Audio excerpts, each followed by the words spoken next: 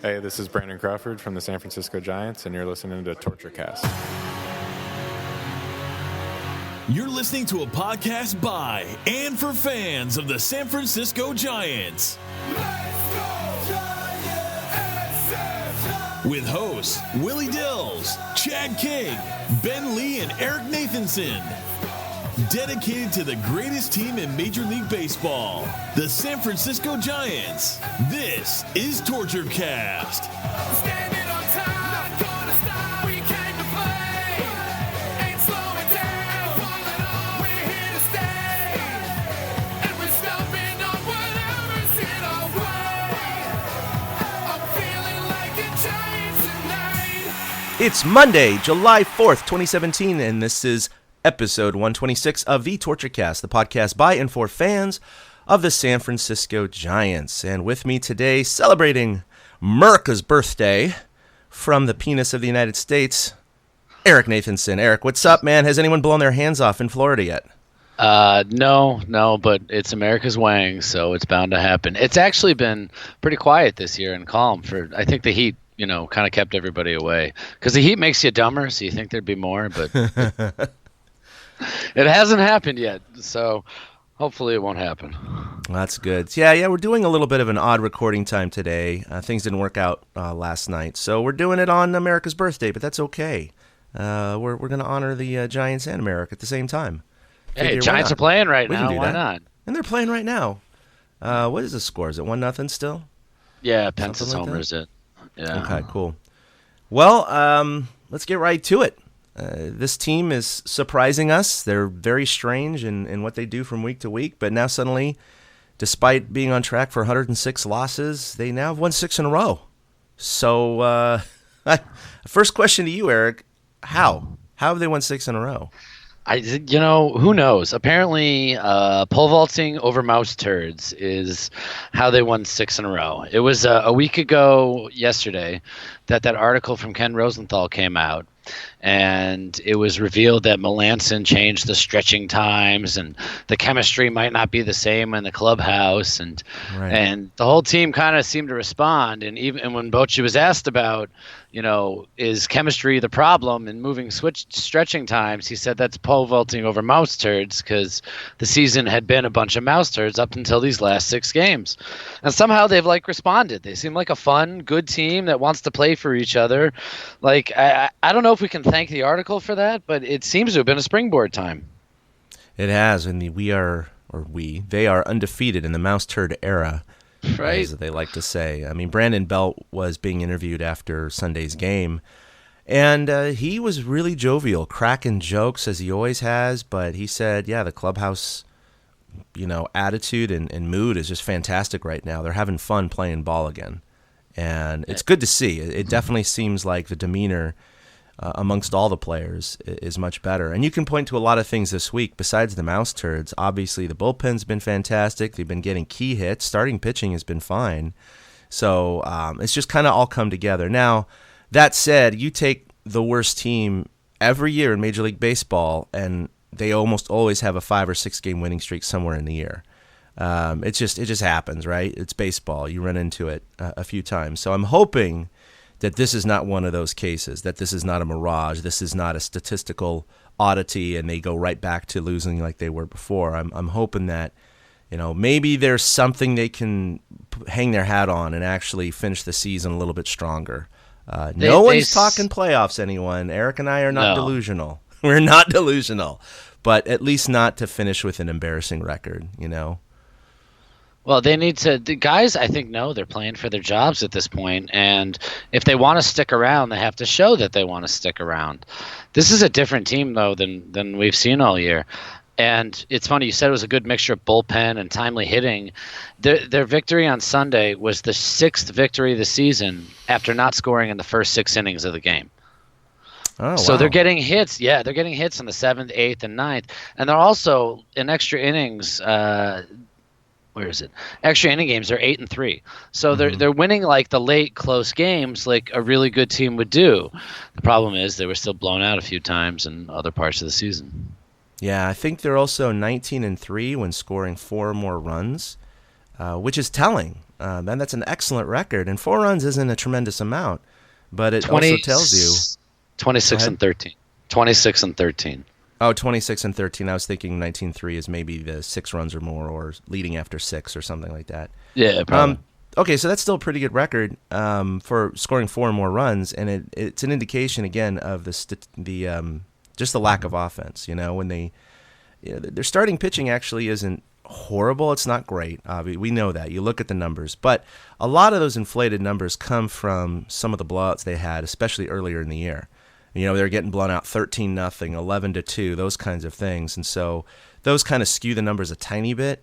But the fact that, they're hanging in there and they have the second most quality starts in the major leagues tells you that on a consistent basis, they're not that bad. Now, I have an interesting opinion about quality starts. I think the benchmark should have been a little bit better than that, where it is, a little bit higher. It's 3 earned runs or less in 6 innings or more. Well, if you give up 3 runs in 6 innings, that's a 4.5 ERA, and it's a quality start. And that's like questionable to me. That's to be 5th honest. starter status. You want the guy to go like 7-2 more so. Yeah, so out of those 40-something quality starts, I would love to kind of break it down and see how many of them were 3 earned runs in 6 to 7 innings. Kind of that range. And if it's a huge majority or a huge percentage, it kind of it puts a little shit on the sparkle, I guess, on that number. It's not like a bunch of shutouts. Well, I mean, the thing is we've complained so much in the past about, like Sharks had some great starts this year where they didn't score for them. So they're finally starting to score for them. So the pitching can allow, 3 runs in 6 innings and still get by with a quote unquote quality start because the offense is starting to pick them up a little bit. So here they are, sitting after 6 wins in a row, still, I believe, 18 games under 500, not even close to sniffing the playoffs, 15 games back of the wild card, 20-something back of the West. We all know the dire situation that they're in terms of playoffs. However, there are still fans that you see out on social media that don't seem to be grounded in reality and think that, oh, my God, if they only win another 26 in a row, they have a chance, that kind of thing. They see 6 in a row and they get a little too excited, I'd say.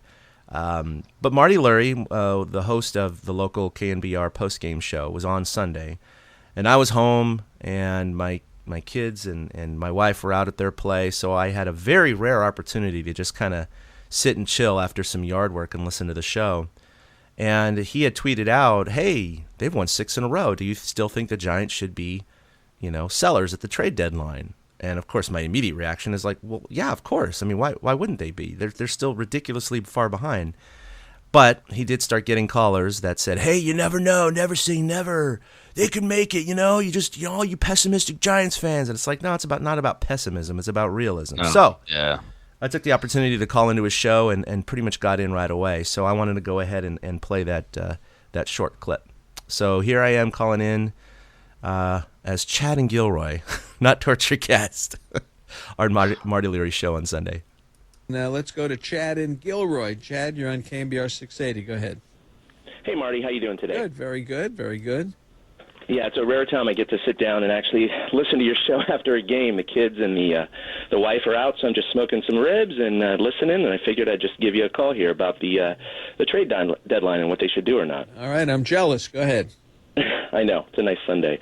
So one of the things I was looking at was basically the number of wins that might be required to sneak into the playoffs. And I know most of us are rational beings and understand that those chances are extremely slim, but I wanted to kind of look at the actual probability of it. And if you look at the last 5 years during the expansion of the wild card, basically since 2010, there's been 10 teams.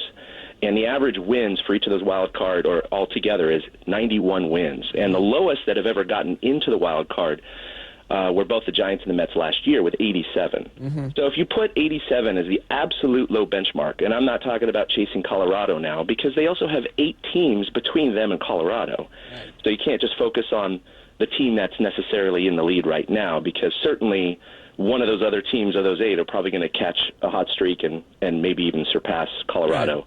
So it'll be another team to catch. Anyway, to get to 87 wins, the Giants have to go 54-24, and that's 692 ball.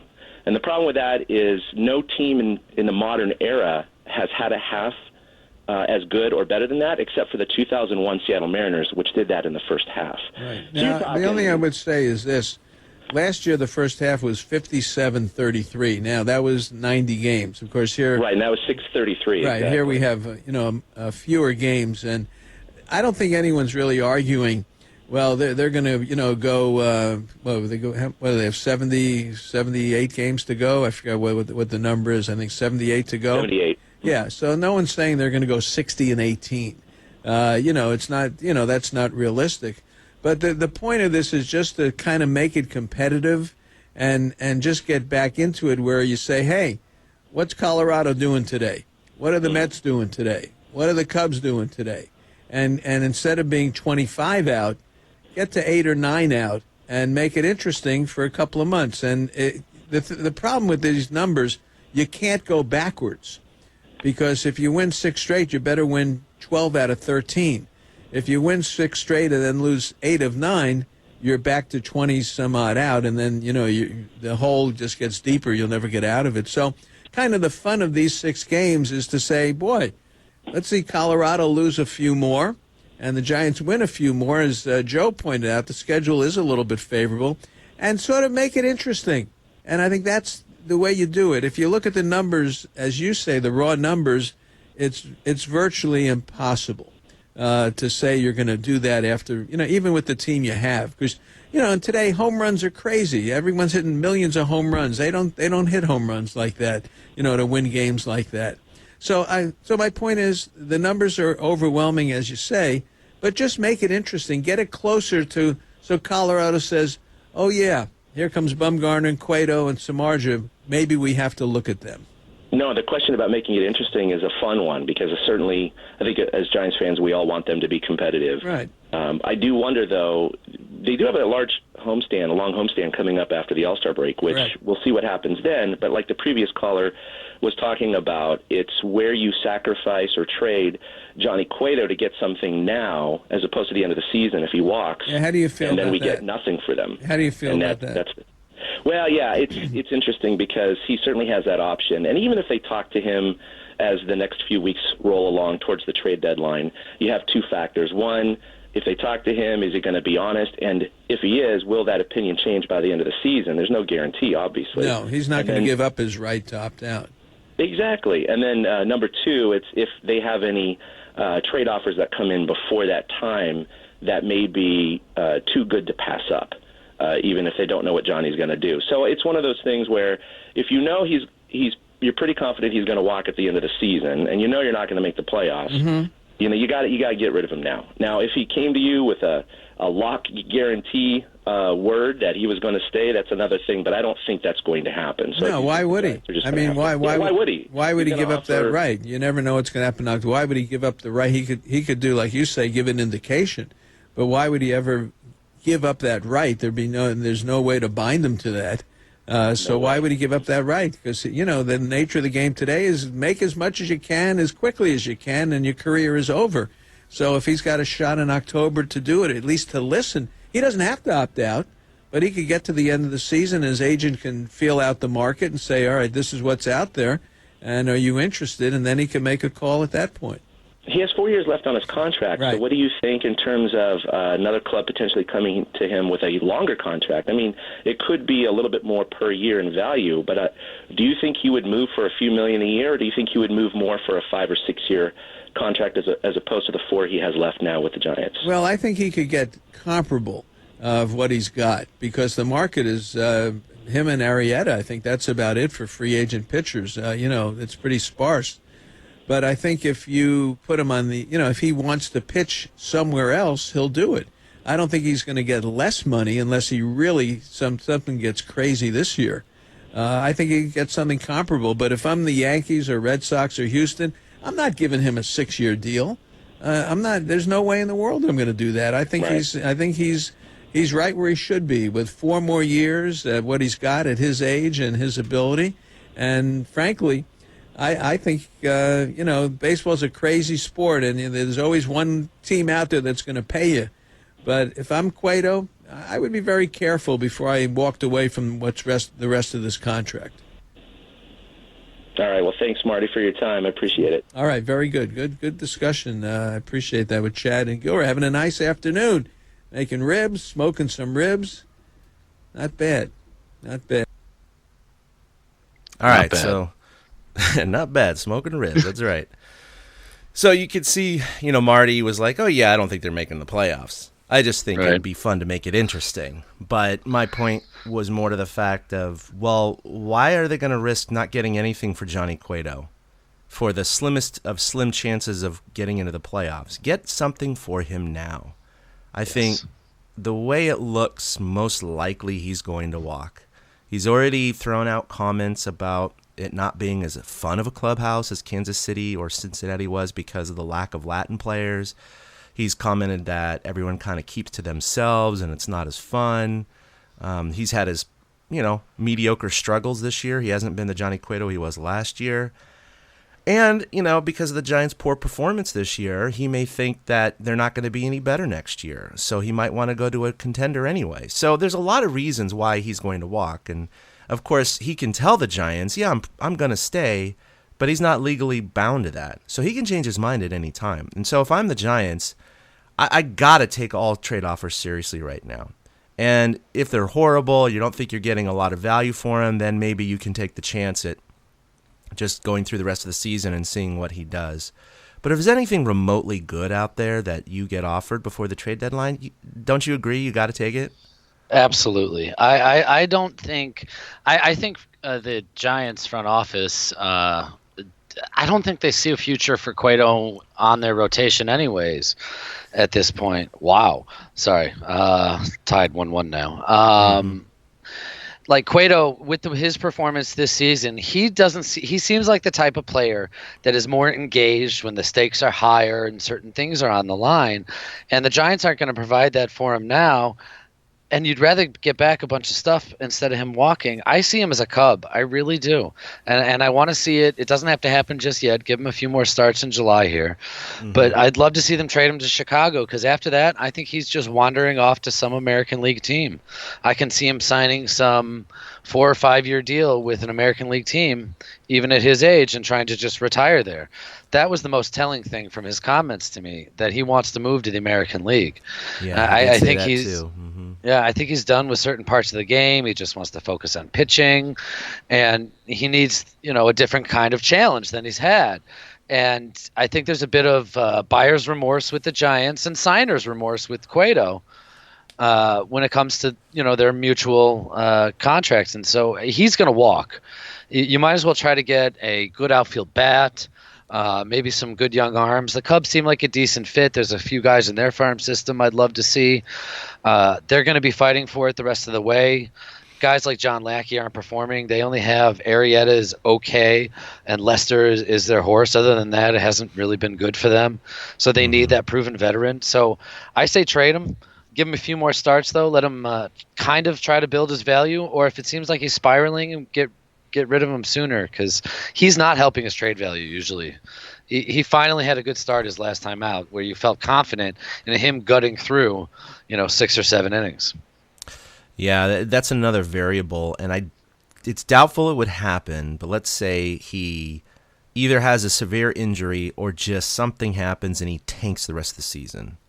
Way worse than he's been. So he finishes the season with a 5.5, 6 ERA, something crazy like that. Or again, he injures himself. He completely destroys his trade value then, or his marketability and his off-season signing status.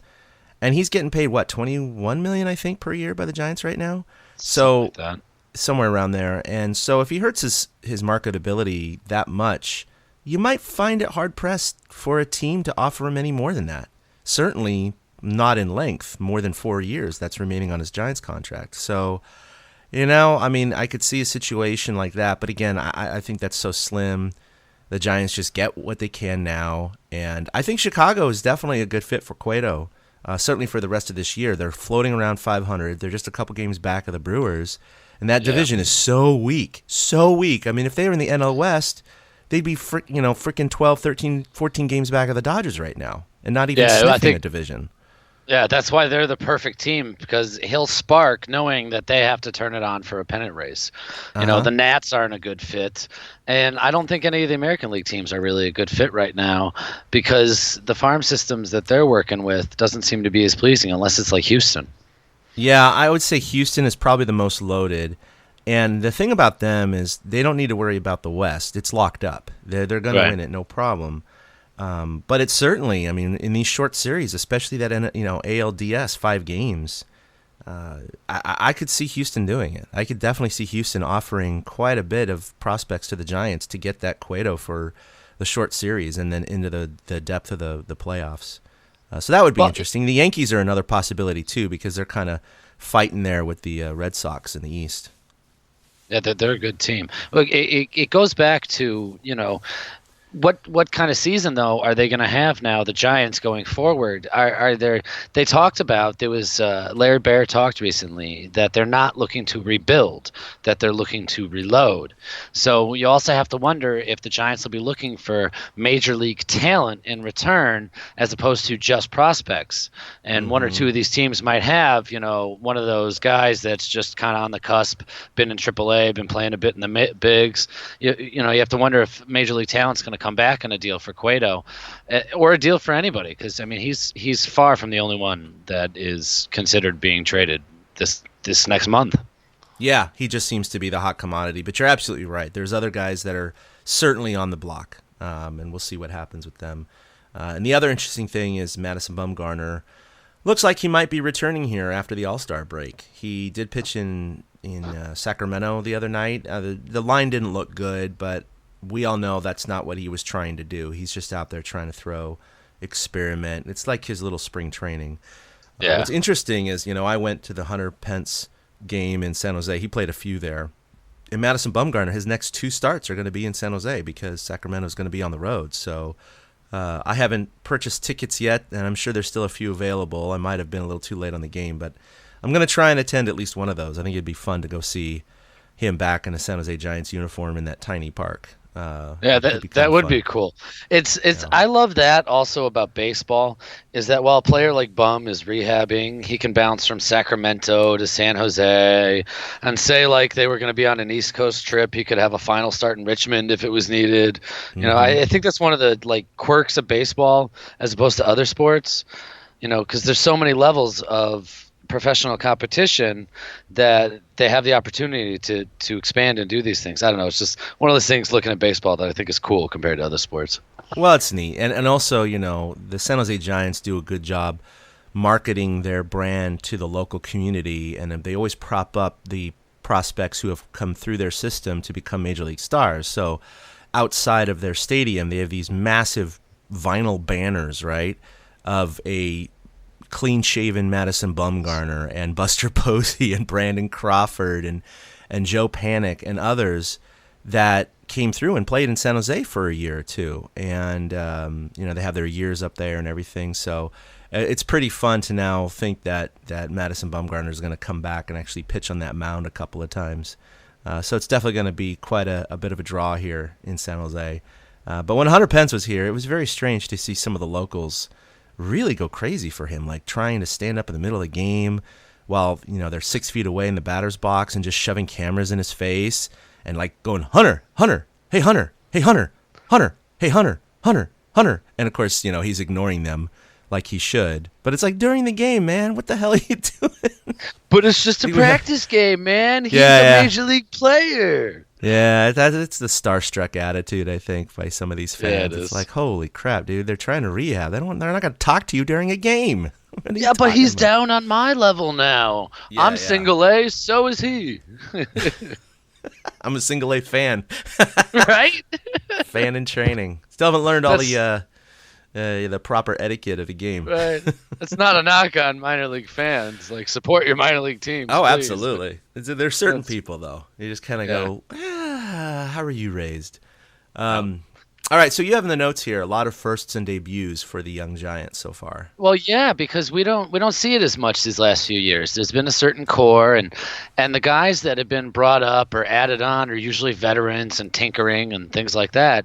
So it was interesting as I was just looking through to see how many firsts and debuts the Giants have had this year. Like, they've had 5 guys: Arroyo, Calixte, Jones, Wong, and Slater, all get their first hit.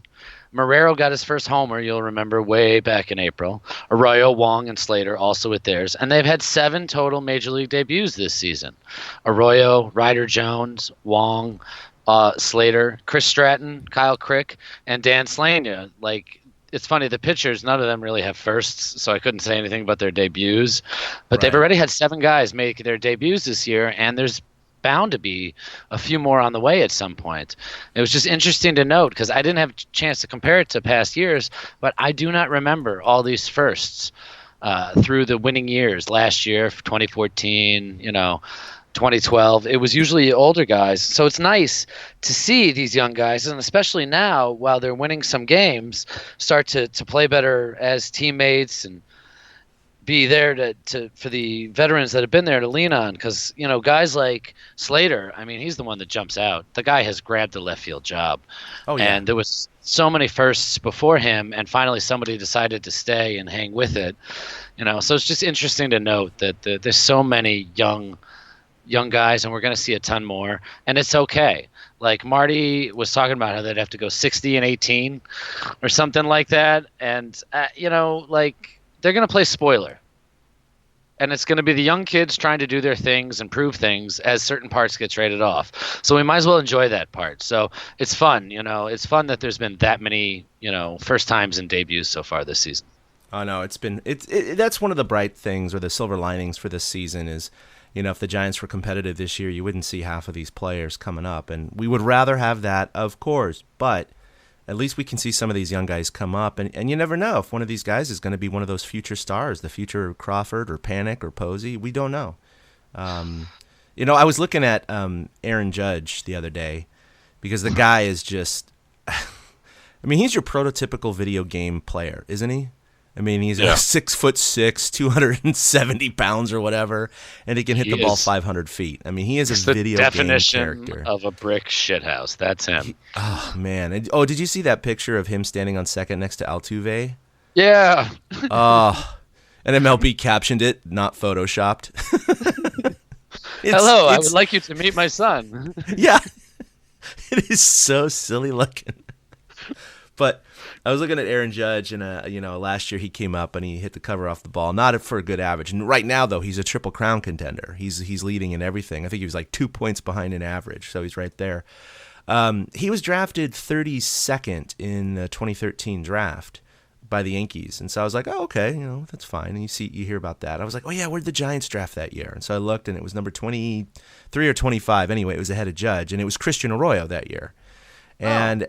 It's just interesting because I'm not saying yet that the Giants, missed out on something there because we don't know how Arroyo is going to eventually end up. He can end up being a superstar in this league after a little more seasoning. We don't know. But I would say, given their outfield deficits over the past however many years and their left field deficit since Bonds left, I mean, we're going on 10, 11 years now of not having a consistently solid to even average major league left fielder. A different one every opening day. There's been a different one. Exactly, and you just kind of wonder. And again, I'm not saying Arroyo is a bad player, not at all. But what if they had drafted Judge that year and he was up this year playing left field for the Giants? Oh my goodness, that would have been incredible. He might be the first right-handed hitter to be able to knock it into the cove because, I mean, some of his balls, they go. I was watching a spring training game, and he hit one in Tampa, and I immediately joked that it landed on the highway that was going by because when he hits him, I mean, the exit velocity is high. It just shoots off his bat, makes a different sound than just about anybody else. But Stanton, he's almost like a clone of Stanton, but bigger. No, he is. Yeah, but bigger. Ugh. And the kid's only 23 years old or something like that. I mean, he grew up a Giants fan. I did not know that. Yes, Really? I totally thought your lead was to get there. He did. He No, grew up sorry. somewhere. Yeah, that's funny. He grew up somewhere in the Bay Area. I don't remember where, or somewhere in California. I'm gonna try to find it by now. Yeah. And he was a Giants fan, so that would have been a logical fit for him as well.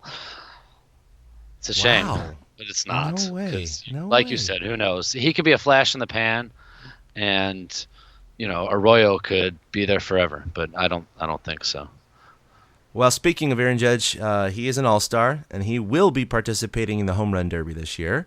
And, of course, the only Giant to make it as a starter, as expected, is Buster Posey. No surprise there. He's been leading the world of catchers in most statistical categories, so congratulations to Buster. Not a single Giant starter is going to be on that team. We know that. Unlike last year, Cueto started the all-star game. Oh, my God, he did? I don't even remember that. Yeah. He started last year's All-Star game. Wow. Yeah, and he didn't do so well, and they lost. But anyway, and that's when the Giants started tanking, so everyone puts it on Cueto because, superstition. Cueto, man, jeez. So I don't know if there's going to be another Giant that makes it as a reserve. I highly doubt it. Did they announce the reserves already, by the way? Yeah, I forgot to they look. announced everything, Yeah. and I think Nooney They was the just only got the guy who had a five- shot. Yeah, they just got the 5-man thing, and I know the Giants aren't in that. So, I mean, yeah, the Giants are going to have one representative this year, which is it's amazingly sad, but it's not to be unexpected, I guess. They don't have anyone else that can really qualify. So it is what it is. But one of my favorite things to watch every year, of course, is the home run derby, and we do have the big guys in there, like an Aaron Judge and Giancarlo Stanton. I'm really excited to see those guys. And even as a Giants fan, I'm really intrigued to see Cody Bellinger. Yeah, this kid has come out of nowhere, and he swings out of his shoes. He's a little beanpole of a kid. Yeah, and his bat And- whips through there so fast. That's what it is. He has that whipping action. I mean, he's kind of a cross between like a Vladimir Guerrero and Bryce Harper. He has all of that rage in his swing, but he's a lefty, and he gets that whip action like Harper does. And he can hit the ball, obviously, a ton. He's got 24 bombs so far. And then to round out the competition, they got Miguel Sano, Gary Sanchez, which I was like, really? Charlie Blackmon? Seriously? Come on. That's just like, what? Moustakas and Justin Bohr. I don't know, man. Those last four, it's like, ugh. One of them may sneak on us, but I'm really excited to see those top three, but I don't know if Giant will ever be in this home run derby. Barry Bonds was, of course, back in 2007 during his last year, but there hasn't been a Giant since, and I don't think there will be for some time. I can tell you the one that could fly under the radar as a possibility is Belt. I mean, the guy's already got 16 home runs this year, which is probably more than a couple of the guys on this list. And he's tied. Also, you take you put Belt in Colorado, and what would he have now? He'd easily be over 23, 24, 25 home runs, easily. That's exactly it. So, it's funny. He's actually having a great power season so far under the radar, but nobody's going to notice it because they suck so bad. Because they suck so bad and his average is horrible.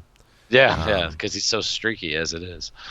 But, again, I didn't mean to bring around to there, but he's no, that's fine. Yeah, he's a guy that could. Say next year he starts off and has like 20 homers by this time. I could see him as a guy getting in it. But other than that, there's nobody in the future. No, there's no one. No, maybe we got to sign somebody. See if the Giants, because, I mean, Marty said it. It's a league of like bopping home runs now, and the Giants don't do that. They don't have the guys in the middle of the lineup to do that anymore. It's really telling. They're attributing the home run explosion to the way the ball is stitched and wound again. I don't know. I don't know what's causing it. I don't know if it's steroids. I don't know if it's a couple ballparks are smaller. I don't know if it's the ball being wound. I don't know if it's global warming. I don't know. But all I know is that almost every team has significantly increased the home run production. Overall, as major leagues, they're hitting more home runs than they ever have, even during the steroid era, which is baffling to me. I don't know how that's happening, but it is, except for the Giants. They're like the only team that hasn't increased. It's unbelievable. They're like apparently immune to the superpower that everyone else has been bestowed with. So the gap, that power gap is now even increasing. Yeah, it is. It's the great equalizer, and the Giants have to fight, claw, and scratch for every run. They have to get those 2-out hits. They have to, put a few guys on in order to score, while the Astros or the Yankees or whomever can just put a guy on, bloop and a blast, and it's 2 runs, and just like that. And the Giants aren't capable of doing that. So, fans have always chided ownership for not going after those power hitters, but after this year's debacle in left field and the power outage that continues to widen the gap between them and the rest of the teams, and just to see the run production in terms of runs per home run, that kind of thing, they have to understand. They have to solve this problem. They got to start going after power hitters. They got to open up the checkbook, and we'll talk about it obviously in a future show when we fully understand outfielder and corner fielder availability this free agent offseason. But it's something that I don't think they can immediately address with their farm system. That's for sure. Not at all. It's a new day, and the Giants kind of have to. It's weird that the Giants have to catch up. But they won championships kind of in a throwback fashion. They did. It was pitching and defense. So, it's good though. At least they're playing well right now. So we have some good positive things to talk about lately. It's a lot better than a few weeks ago when it was like, oh man, the season's over. So it's a lot more fun to have these positives to think about. As you're talking about, they won 6 straight games. You want to roll into who's hot on the Giants? Yeah, go for it. Well, I'm going to throw out. I noticed, and this has to go with their winning. Denard Span and Joe Panic's been hitting second a lot. The whole top of the order has been a lot better. Span hit 374 in June. Mm-hmm. So after he came back from his injury, he started hitting the ball. He's got 2 leadoff homers in the past month. He'd been on base a ton, and he scored like 15 runs in the month of June. And Joe Panic's hitting 356, and he had 3 pops of his own. And he walked 10 times in June. He only struck out 8 times. Seems like they've been in the middle of everything, and that's kind of why the Giants have been scoring more runs over the past couple weeks. Is the top of the order is finally getting together, something we were asking for 2 months ago. Yeah, Denard Span has been a huge spark plug for this team. Even his last 7 games during this 6-game winning streak, he's hitting 400, 8 for 20. Wow. So yeah, he's getting on base. He's doing great, and Joe Panic has been up there as well. Brandon Belt, 304 in his last 7, but he's 2 bombs and 8 RBI. So that's fantastic. He certainly was a contributing factor to Sunday's game with going 3 for 4, a few RBI and that important hit, and then the home run later in the game. And the beautiful catch, too. Oh, the defense, the game, that's a great point there. Their defense was on fire with Slater and Crawford and Belt doing the over-the-shoulder catch. Just beautiful defense. There's no doubt that their timely hitting, but especially their defense, won that game on Sunday. It was fantastic. I mean, it's fun to watch when they're like that, It's they're having fun again. Backyard ball, yeah. Yeah. That's great. And then something I thought would never happen this year, but Major League Baseball awarded the Giants bullpen with the Pen of the Week award, which is like, wait, what? How is that possible? But obviously that contributed to the Giants' 6-game winning streak. They had 25 2/3 innings pitched, only gave up 3 earned runs, had 3 saves, and only gave up 15 hits. So they were pretty locked down, and a part of that, of course, is you anointed them, or him, the closer of the future, Sam Dyson. He had 2 saves, and of course no runs and 3 2/3 innings pitched, and he's having those clean innings. He's having those innings we wanted Melanson to have. Just 1, 2, 3, 1, 2, 3. Yeah, like on Sunday, the first, I think it was 1 pitch, 1 out on the first batter of the 9th, and I don't think Melanson's done that yet this year. It's like we never feel like whoo right away. He seemed, even with a runner on base, I think Sunday, he seems, Dyson, whatever he lost, he seems to have found it. And part of the reason that the bullpen won bullpen of the week is they had a 14-inning game against Colorado and an 11-inning game against Pittsburgh, and they shut that both those teams down, in the extra innings. Corey Guerin, another guy, he's like spotless when it comes to extra inning games. He's the guy that comes in and does it. So you're right. I never thought we'd be talking about a good Giants bullpen, but that's what they've been this week. They have. It shows you how important it can be. You get those late hits, but then, as you pointed out, 2 extra inning games. It's really important. Eventually to get the win, but in the meantime, you got to hold them at bay. You got to shut them down and put zeros across the board, because 1 run is the end of the game. Because didn't they do one of those? Yeah, Pittsburgh was on the road, so you got to shut them down in the home half, right? Because they win if it's a walk off if they score. So Yeah, kudos to the Giants bullpen. Who would have thought that? There's no late runs. I mean, you look at that last week, the Giants gave up 2 runs, 3 runs, 3 runs, 5 runs, but they scored 13. 1 run and 3 runs. Like, there's no leakiness at the end. Those 3 runs aren't turning into 5 runs anymore, and is giving them the chance to have those late hits. It is. It's good to see new guys doing it too, and Dyson and Guerin. So there are a few guys who are a little cold right now, and they're a bit of a concern. One of them is Brandon Crawford, and I don't know if this is just a remnant of the shoulder injury he had earlier in the year or what, or something else is bugging him. We always thought, okay, he hits around 260, that's fantastic, but he's way below that, and he's also only 2 for his last 19. His defense still seems to be very solid to stellar, but he just hasn't been the Brandon Crawford of old, and we're almost to the All-Star break here, and he's having a pretty miserable season at the plate. It's a little bit shocking, to be honest.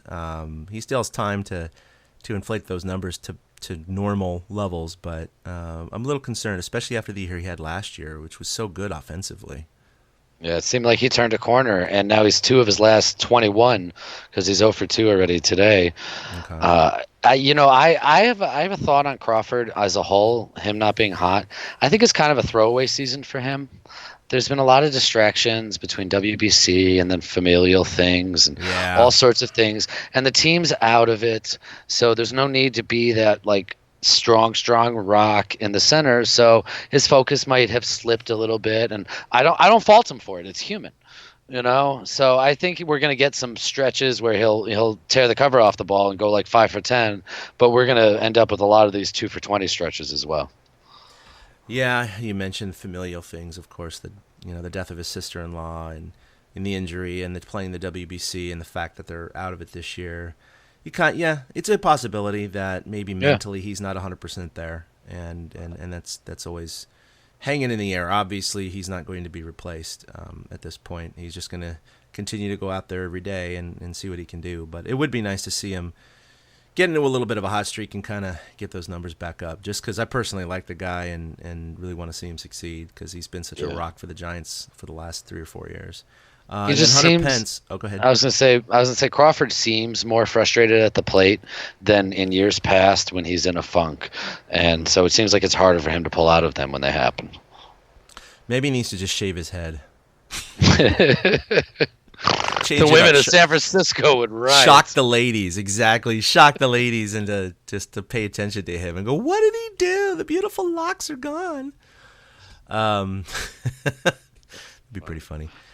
Then Hunter Pence, he's, again, not having a great season. He's a little cold lately. I don't know what he's doing today, but he's 3 for his last 17. And for a pretty solid guy offensively for so many years and such an Iron Man in terms of consecutive games played, and he never got hurt. Now he's getting hurt all the time. And I just think age and injuries have been catching up to him, and it's really affecting his performance. He's not the guy that the Giants need him to be right now. Yeah, he could be a surprise trade piece if he felt like he wanted to go somewhere, because I think he's got rights on that. I'm not sure. But I don't know if he has a no trade or something like that. But he could be a sneaky guy that we don't expect to get traded that might get traded by the deadline. Because I don't think the Giants see him as a future in right field. I think even next year on the final year of his contract, they might want to relegate him to more of a bench role and see if they can get more production. But then again, he goes on tears and he hits high fastballs out of the park every now and then. So yeah. But he's at the end of today, right? Yeah, exactly. He did. He totally caught up inning. to one, like shoulder high. Yeah, hit it to right center field out of the strike zone. But that's Hunter Pence for you. Yeah, and if he can catch up to it, that's when you know he's good. But he doesn't catch up to him as much anymore. No, he doesn't. All right, well, coming up, they have one game going on right now in Detroit. It's 1-1 in the bottom of the 4th. The Tigers do have 2 runners on and nobody out, so hopefully Matt Cain will be able to get out of this one without too much damage. But after that, they have 2 more in Detroit. Then they come home for 3 against Miami. I almost said Florida. I'm so used to saying that still. Against Miami, and then, of course, they hit the All-Star break. But, I'm going to say this. If they win 4 out of the 6, which is very possible. Detroit's had a pretty poor season. Miami's not doing very well, plus the Giants will be at home. So, winning 4 out of 6 ain't too hard. But if they do that, at least they'll have a little bit of that momentum on top of the 6-game winning streak going into the All-Star break. I just hope it's nothing like, they lose 5 out of 6, go back into those doldrums, and start the second half with a bit of a sad face on their Yeah, on their I don't jerseys see coming it out there. happening. I think this team's having too much fun right now. I'm more scared of after the All-Star break, they start with 3 in San Diego, and I hope they don't come back from the break like dead. I hope Yeah. everybody's re-energized. I could see them, though, like you said, 4 out of 6 this week. It wouldn't shock me at all. They're hitting the ball enough lately to compensate if anything goes wrong on the mound. Yeah, that's the thing. Their offense has been really picking it up lately, and hopefully they can do that against Detroit. It looks like Matt Cain did get an out there, so that's good. Still 2 guys on. So I think that's about it. It'll wrap us up for episode 127, right? We're at 127. That's what I said earlier. 6. 126. There we go. 126 of the Torture Cast. We're hoping Willie's going to come back on a show one of these days. His streaming and travel schedule has been a little bit insane, and Ben, of course, seems to always be working when we want to record. And we're trying to get these guys on for you, but Eric and I are very passionate about this, and we're always going to be here for you guys. No matter. I'm watching. We'll the cry games. with you. We'll They cheer with suck you. We'll or laugh they with don't. you. Exactly. Right. I won't give up on these guys. It's still fun. It's still baseball. I like going to spring training and watching 2 random teams that I don't even give a crap about. It's because it's baseball. So We're always going to be there for you guys. We're not going to drop off because they're having a bad season. But you can follow them individually at Willie Dills and at Fried Duck. That's with 2 Ds. You can follow Eric at 2 Out Hits. That's with the number 2. You can follow me at ChadK21. You can also follow us collectively at TortureCast. I think we're just shy of 1,000 followers. So a few of you out there who haven't followed us, give us a little push of the subscribe button or the follow button there. That'd be great. You can also find us on Facebook at facebook.com/TortureCast. That's where we post all of our articles and blogs and episodes and funny little things. And Eric and I are somewhat active on the page, www.torturecast.com, posting all that stuff for you guys. And you can find all of our episodes up on iTunes and Stitcher and other RSS feeds in the podcasting universe. So, Eric, do you have anything to pimp or anything to shill out there? No, not a bit. Just I'm ready for the All-Star break as well because it'll be nice to watch some like you said, the Derby and stuff like that. The Giants. The Giants are fun right now. Let's just hope it lasts. I got nothing to pimp for myself though. All right, man. Well, to everyone out there probably listening to this after the 4th of July, but if you're not, have a safe 4th. Don't blow off your fingers. Don't drink and drive. Watch the Giants. Have fun. Be safe with your families. And we'll see you next time for episode 127. Until next time, a-boom. A big thank you to everybody for listening to the Torture Cast, the podcast by and for fans of the San Francisco Giants. Follow us on Twitter at TortureCast. You can also like us on Facebook or check out our blog at torturecast.com. I also want to say thank you to Ashcon and Bailey for letting us use their song Feeling Like a Giant for our intro. For Ben Lee and Chad King, my name is Willie Dills saying, we'll see you next time.